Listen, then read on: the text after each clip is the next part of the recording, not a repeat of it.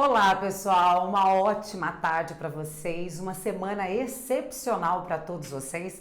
Eu sempre começo aqui os nossos encontros, né? Eu sou a Lili, mais um Pocketbook for You para vocês. Hoje nós vamos fazer um resumo de um livro sensacional, vamos falar de estratégias, mas eu sempre começo a nossa live com... Desculpa, gente, com essas questões assim maiores, palavras maiores. O dia está excelente, o dia está excepcional.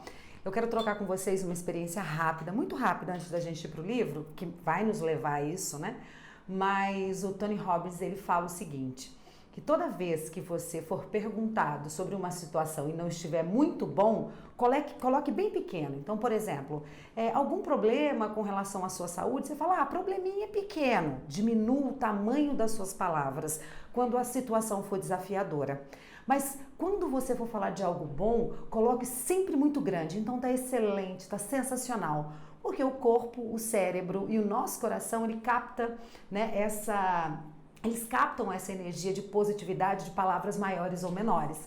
Então fica a dica para vocês. Então se alguém perguntar, e aí como é que tá seu dia? Você fala, tá tudo bem. Aqui ó, a expressão não verbal, tá tudo bem. O próprio corpo, a nossa própria postura, a nossa própria linguagem diz isso e aí a gente emana isso e a gente sente isso. Porque os pensamentos, as palavras, elas produzem uma química no nosso corpo. E aí se você diz, está excelente, olha como você já muda a sua postura, principalmente não verbal. Então que o seu dia seja excelente. Menos que isso não vale. Vamos continuar? Vamos começar hoje? Obrigada pela sua companhia, feliz demais de estar de volta. Fui reabastecer minha bateria lá com a minha família, não tem lugar melhor para você buscar boas energias. Hoje nós vamos falar da Estratégia do Oceano Azul, tá? Um livro sensacional, um livro muito bacana. Suei para dar uma estudada nele hoje, para trazer alguns conhecimentos para vocês. O nosso material está incrível, então fique comigo que você vai gostar muito de saber de estratégias. E o maior ensinamento que eu peguei deste livro é: pare de ficar olhando para o outro e comparando com o outro. Olhe para si, busque alternativas diferenciadas e confie nas suas novas estratégias. Este é o ensinamento deste livro, então fique comigo para a gente ir até o final conversando sobre ele. E aí nós escolhemos esse livro porque nós estamos numa fase diferenciada. Nós estamos vindo agora falando muito sobre inovação, sobre novas estratégias, sobre olhar fora da casinha, sair da ilha para ver a ilha, né? Falando sobre encontrar o caminho, porque quem não sabe para onde ir, qualquer caminho serve, já dizia o autor de Alice no País das Maravilhas. Então nós estamos muito nessa busca aqui com vocês, da gente observar um lado diferente, buscar novas alternativas frente a situações que a gente fica colocando culpa em todo mundo, em tudo e todos.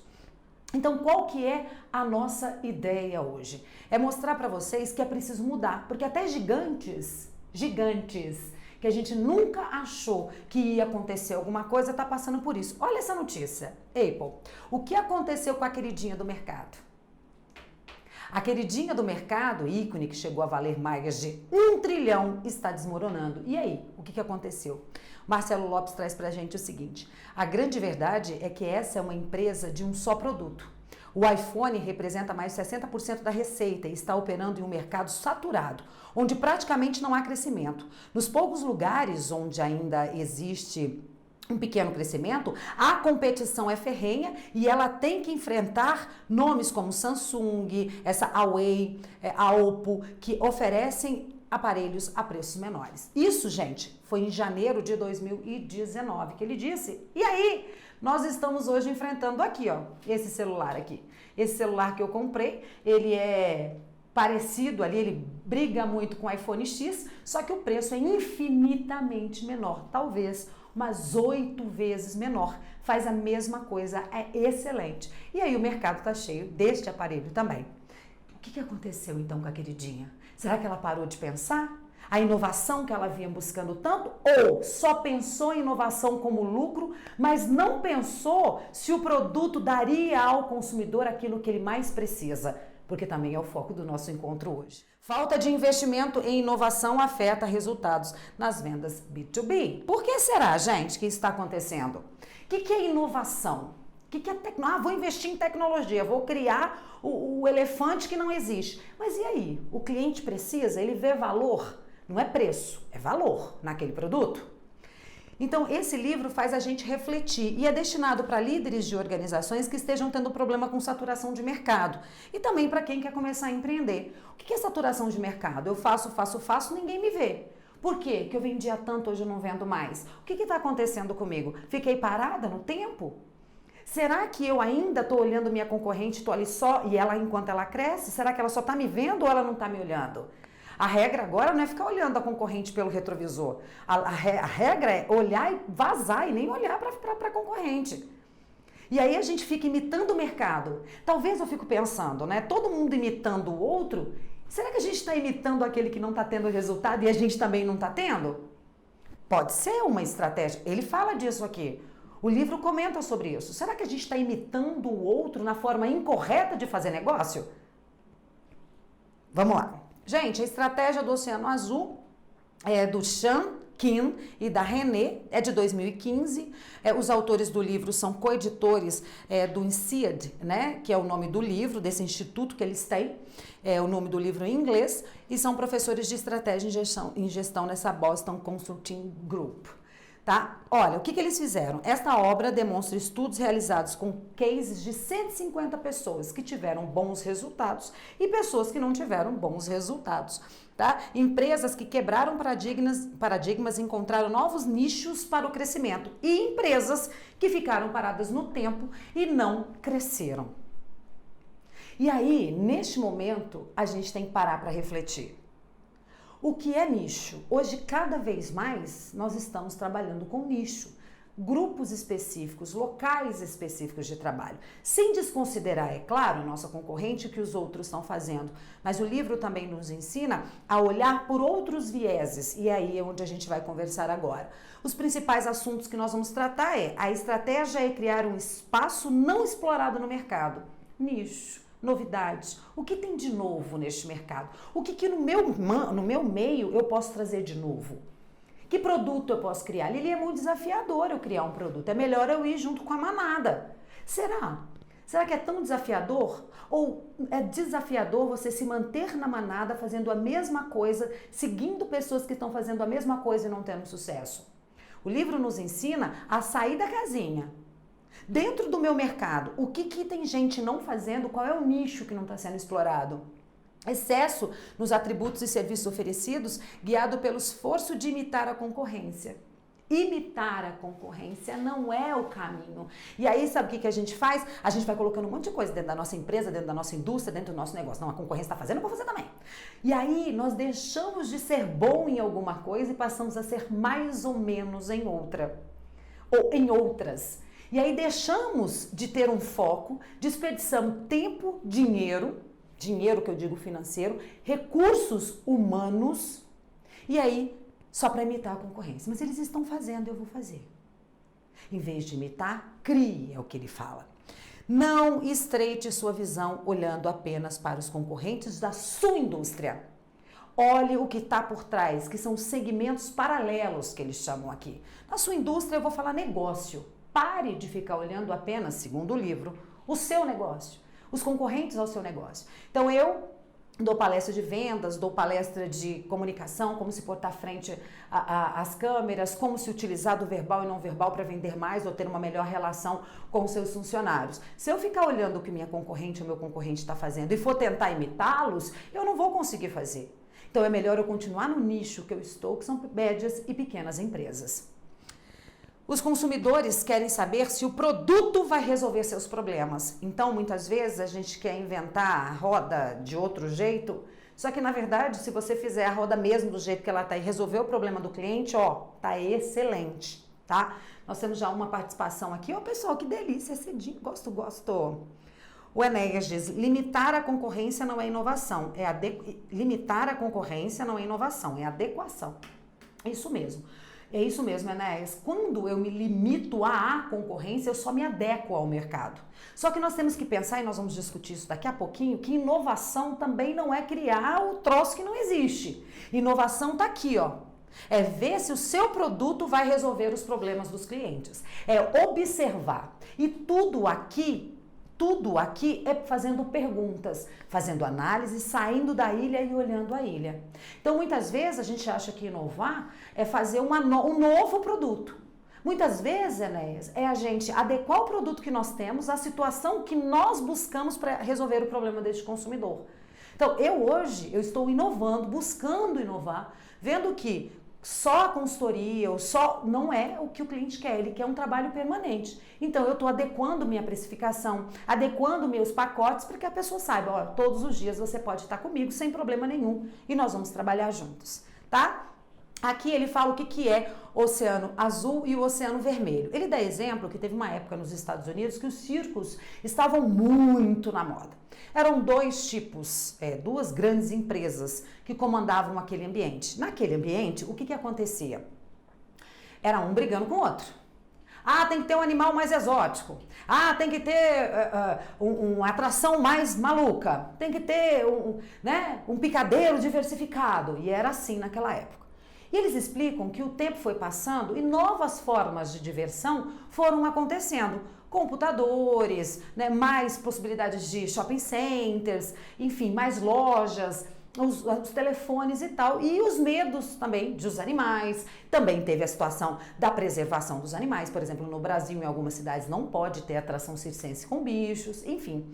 E foi caindo esse mercado, houve uma decadência.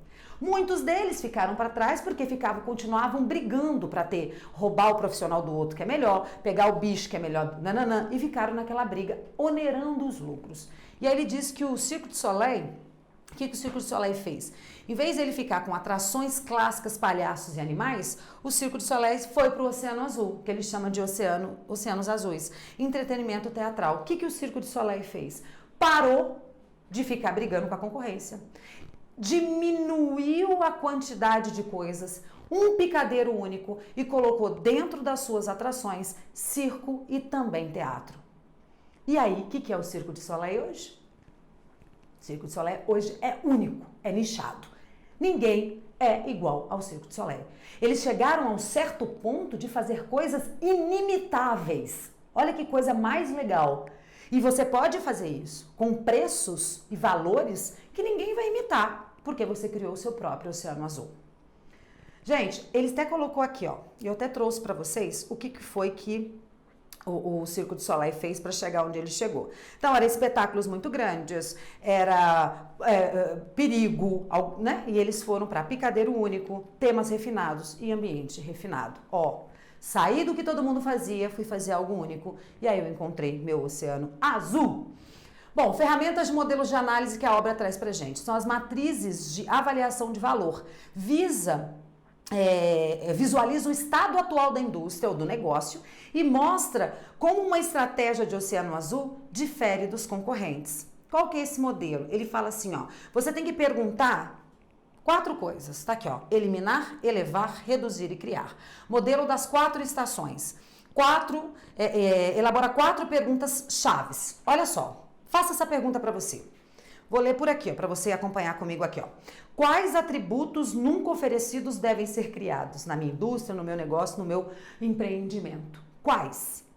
O que nunca ninguém ofereceu que eu posso oferecer? O quê? Eu, por exemplo, ofereço ir até as pessoas dar a consultoria. Esse é o meu diferencial. Eu vou onde você estiver. Fazer minha aula com você para você aprender a falar em público, para você falar melhor com seus líderes. Quais atributos devem ser elevados? O que eu devo elevar no meu trabalho? Talvez eu precise melhorar minha quantidade de tempo disponível para dar essas aulas. Pode ser. Quais atributos devem ser eliminados?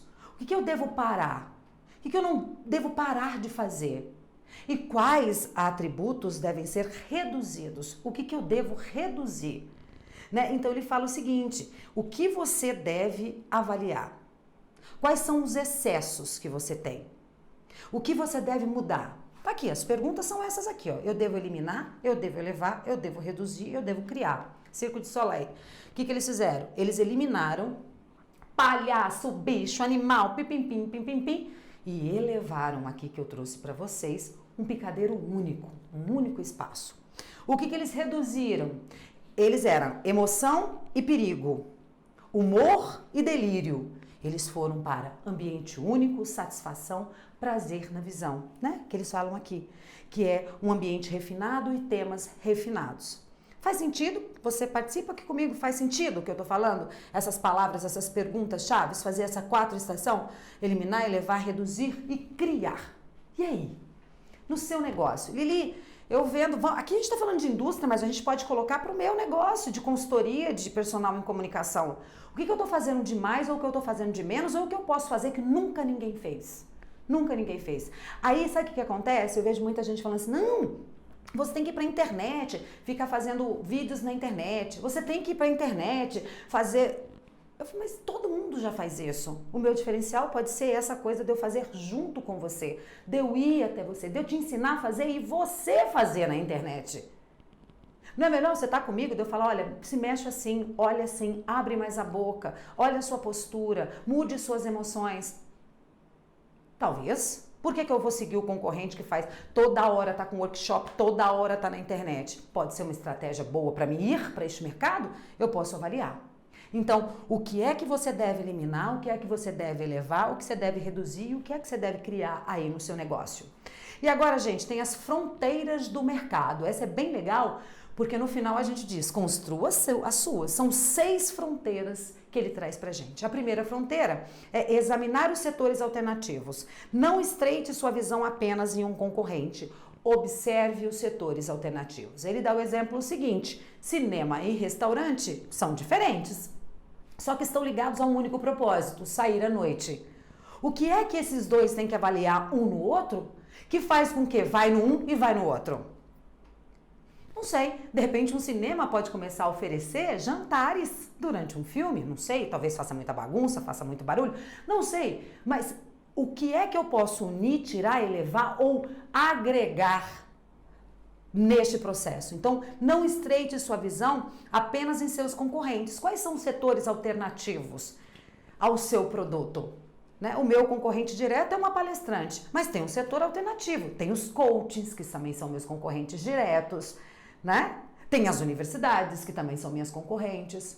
O que eu posso agregar, tirar ou eliminar para que eu examine, que eu olhe esse setor e esse setor, o setor alternativo, me ensine ou me dê condições de criar algo novo.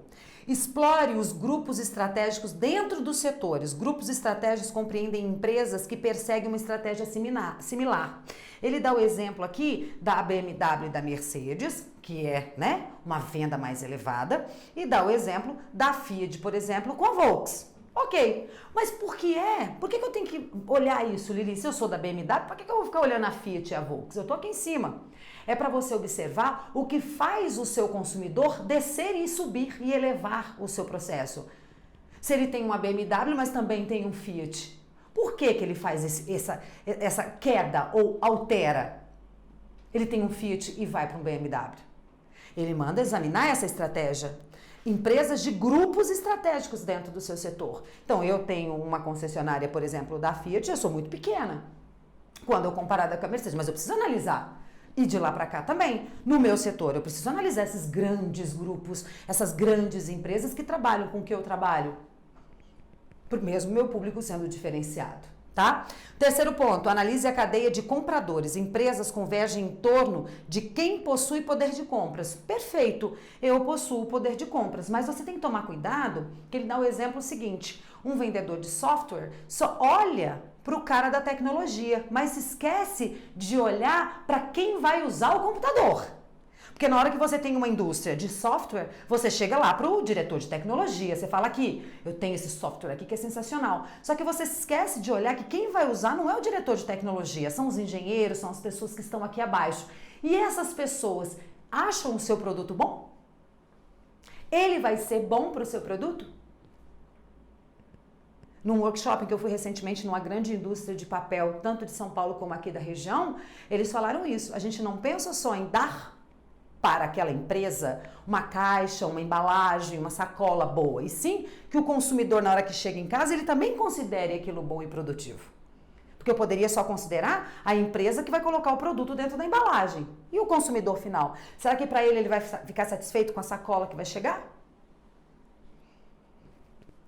Quarto ponto, avalie as ofertas de produtos e serviços complementares. Raramente os produtos são utilizados de maneira isolada. Outro exemplo, um futebol. No futebol, nós vamos ao futebol, não é só o jogo que importa. Lá fora tem o quê? Tem restaurante, tem o transporte. Então, ele fala, para ter uma estratégia, observe o entorno dos produtos que vão em torno daquilo que você faz. Né? O que é que a sua empresa está fazendo? Quais são os produtos utilizados complementares aos seus serviços? Produtos e serviços complementares. Então, no meu caso, mesmo sendo meus concorrentes, mas os coaches, os consultores, são complementares a mim. Quais são os produtos que eles estão oferecendo que eu não? O que me difere deles? Só é a minha forma de comunicação? Quinto ponto, estude os apelos funcionais e emocionais dos compradores. Muitas empresas focam no valor e no preço e outras focam no comportamento do cliente ou do consumidor ou do comprador, enfim. Estou falando de empresas, indústrias e serviços. Ele fala, se você só foca no emocional, busca um equilíbrio para você ir para essas questões que a gente chama de funcional. Se você só foca no funcional, olha o emocional. Equilibre a sua forma, os seus apelos. Não pode ser só funcional. Este produto aqui não pode ser só funcional hoje, nos dias de hoje. Esse celular, ele é funcional, ele é ótimo, ele tira foto, ele é maravilhoso, mas ele também tem que ter um apelo emocional. Né? Ele vai te dar conforto, tranquilidade, estabilidade. Isso é apelo. Não são só as características físicas do seu produto que deve ser exaltada, mas também não é só o apelo de que vai ser maravilhoso e perfeito. Segundo os autores, o casamento dos dois te leva ao Oceano Azul.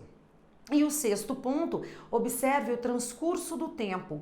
Projete a tendência em vez de buscar entender como ela vai mudar o valor. Projete a tendência em vez de buscar entender como ela vai mudar o valor para o cliente. Olhe para frente. E ele fala, a estratégia do Oceano Azul não é estática.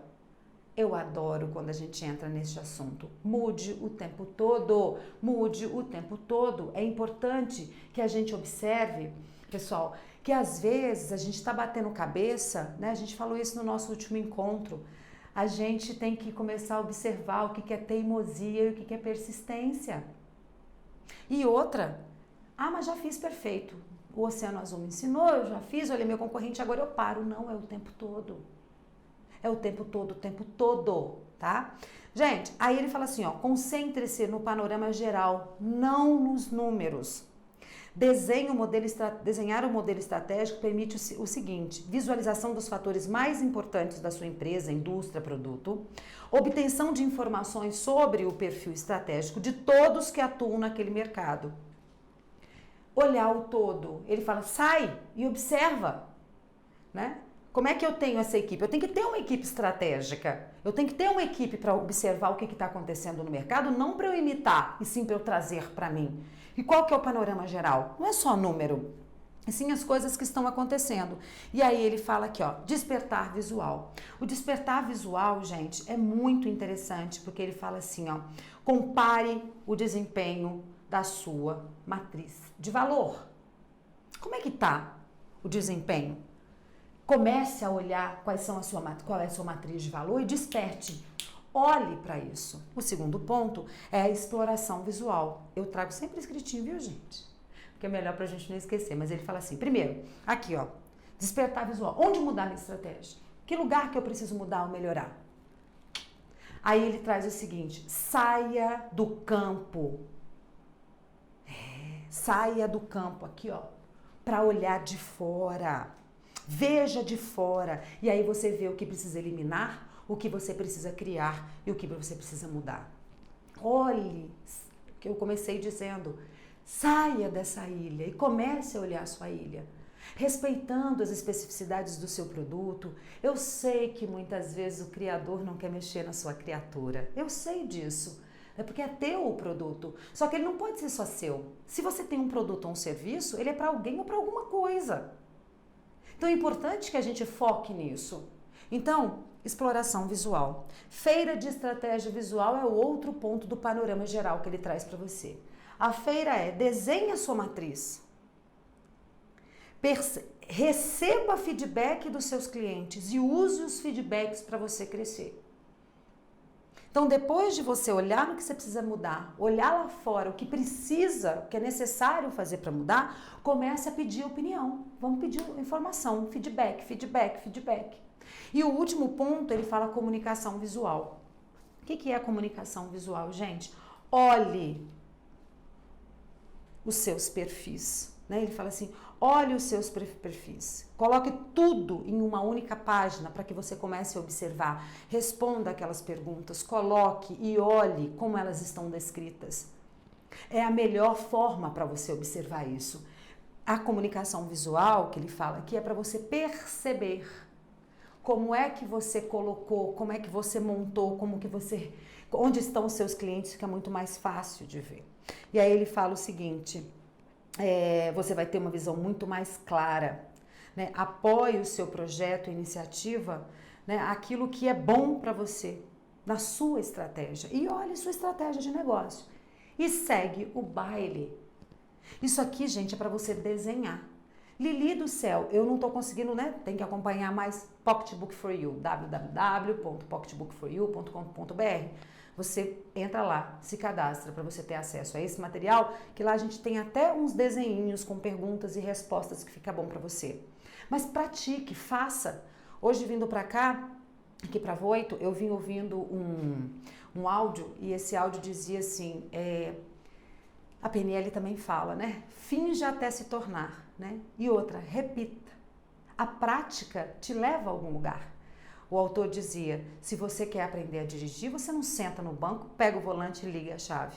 Você tem que praticar todo um processo frente àquela situação. Então vamos praticar isso daqui. Vou seguir, gente. Acerte a sequência estratégica. Existe uma sequência estratégica a ser utilizada para aumentar o valor ao cliente. Então a primeira, utilidade para o comprador. Uma clássica confusão estratégica é confundir inovação com maior valor ao cliente.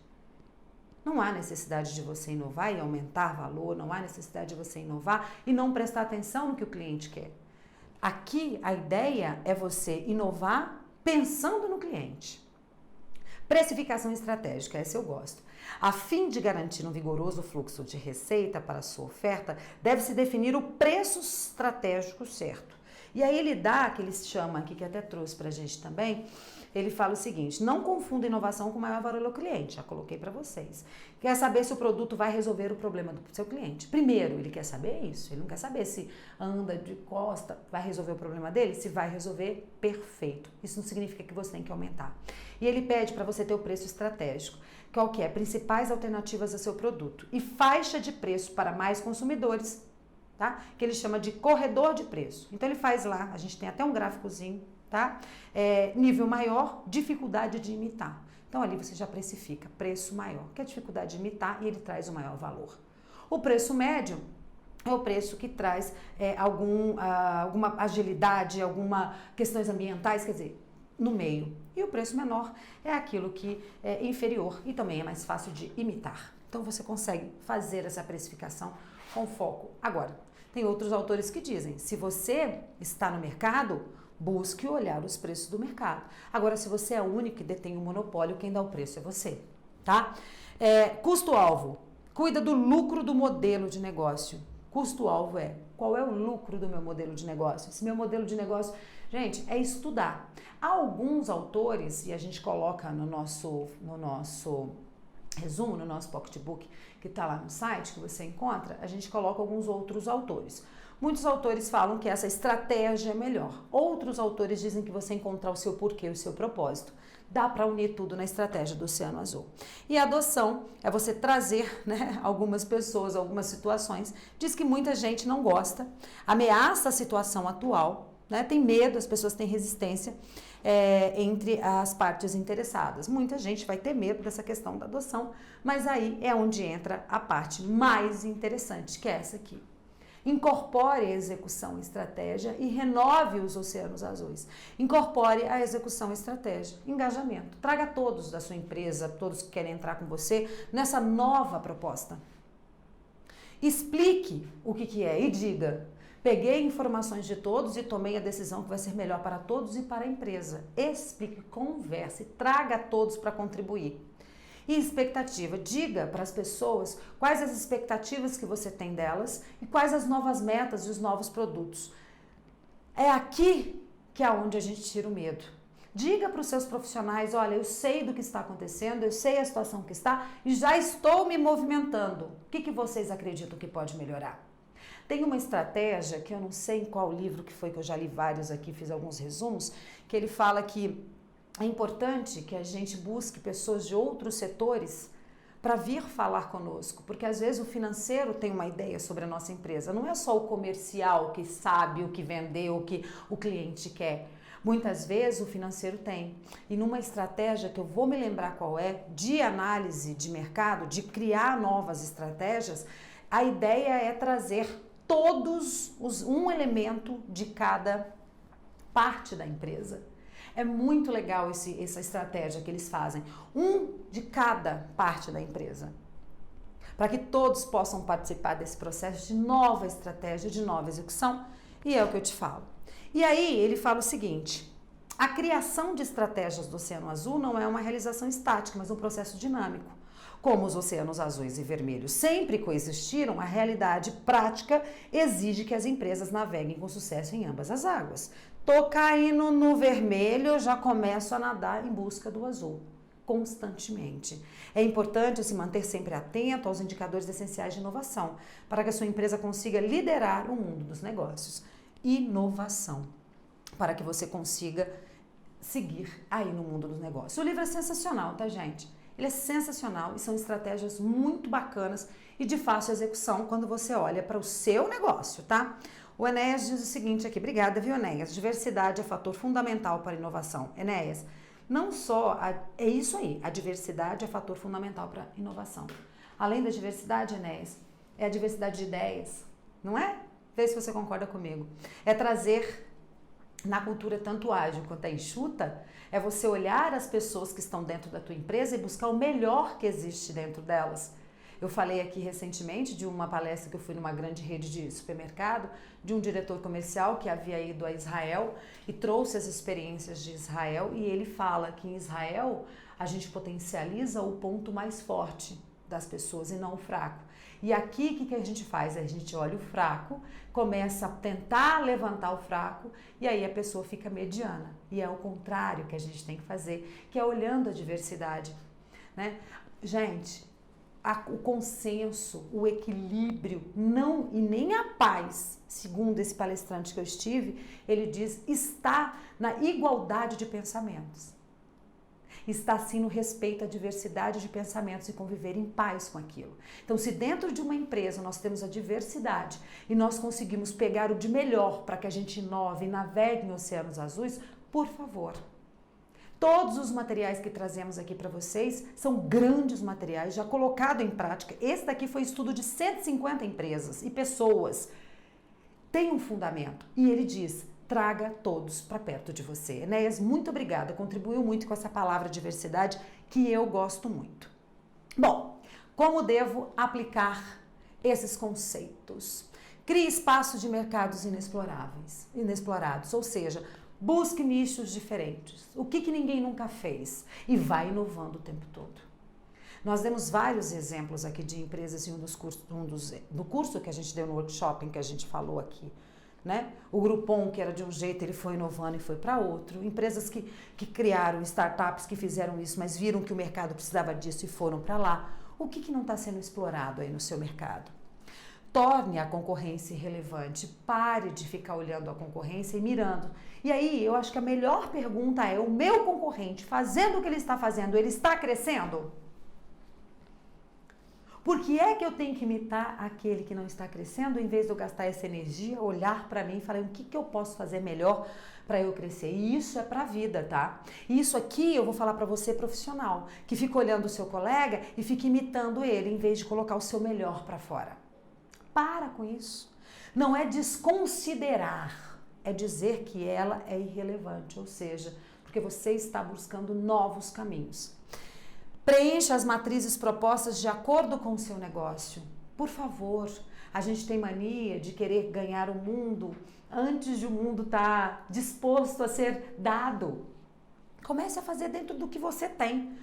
Mude o caminho na hora que tiver que mudar. Feio, meu bem, não é mudar. Feio é parar. Só que quando a gente não olha exatamente o que a gente tem, aí o que acontece? A gente começa a sofrer e entra no ciclo tóxico do fracasso. Estabeleça suas 6 fronteiras. Quais são as suas fronteiras? Quais são os seus caminhos? Nós demos 6 aqui, mas quais são? Entra nessas perguntas que a gente te deu, tá lá todas elas, responda. Põe nas suas fronteiras o que você precisa. E por último, e não menos importante, ao implementar um projeto, envolva as pessoas, pois é importante o engajamento de todos os envolvidos. Não tem jeito. Não dá mais para a gente começar uma coisa e não ver o mercado, ver as pessoas que estão junto conosco, os nossos parceiros, se é possível ter parceiros, para a gente seguir o nosso baile. Bom, voltei. O quê? Gente, ok. Mas o que sou capaz de fazer após essa transmissão? Bom, analisar o ambiente que a empresa se encontra, em que tipo de mar você está. Qual é o mar que você está? Criar estratégia para desenvolver oceanos azuis. Você quer nadar no oceano azul bonitinho? Tem estratégias aqui, ó, várias. Vamos fazer assim? Comece por uma. Busque uma só. Comece a olhar onde você pode diminuir. 2. O que você pode eliminar e o que você pode criar. Colocar as mãos na massa, envolvendo as pessoas durante a implementação. Eu sempre falo que o primeiro passo a ser dado em qualquer coisa que a gente vai fazer é dar o primeiro passo. Ficar sentado esperando alguma coisa não é o melhor caminho. E no caso de uma implementação onde a gente vai mudar constantemente, que o Oceano Azul fala pra gente, a gente tem que olhar para a frase que eu vou dizer agora de forma muito positiva. O ótimo é inimigo do bom. Se o senhor fica aí sentado querendo chegar no ótimo, o senhor nunca vai chegar, já que o senhor nem começa fazendo o bom. Então vamos primeiro pro bom. E aí nós vamos buscando a inovação constante. E aí eu digo mais, quem busca a perfeição é uma pessoa que nunca coloca nada em prática, porque o produto nunca tá bom, nunca vai para o mercado. Busque o melhor para o seu cliente e comece a fazer mão na massa. Lili, chegou um último comentário aqui no Instagram do Roger. Ele falou a seguinte frase: Cortella já disse que um dos caras que mais o impulsionou era o maior crítico ao seu trabalho.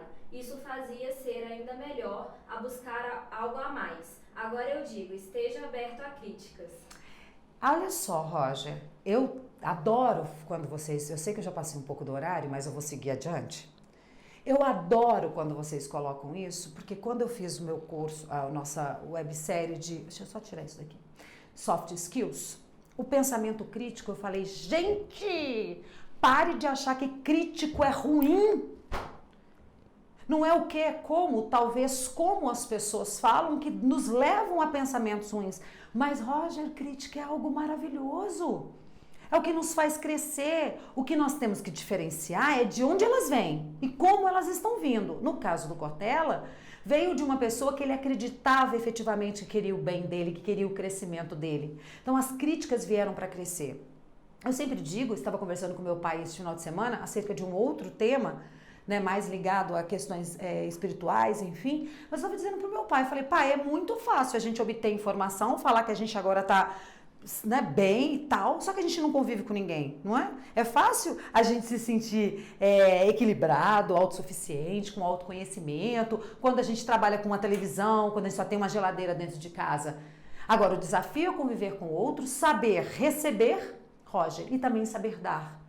Né? O feedback, que é a tal crítica, que eu gosto da palavra crítica, ela vem para dar esse equilíbrio nas coisas. Ele é muito importante. Recentemente eu estava me questionando por trabalhar sozinha se meu trabalho era bom, porque eu não tinha ninguém para dizer, eu não tinha um parâmetro.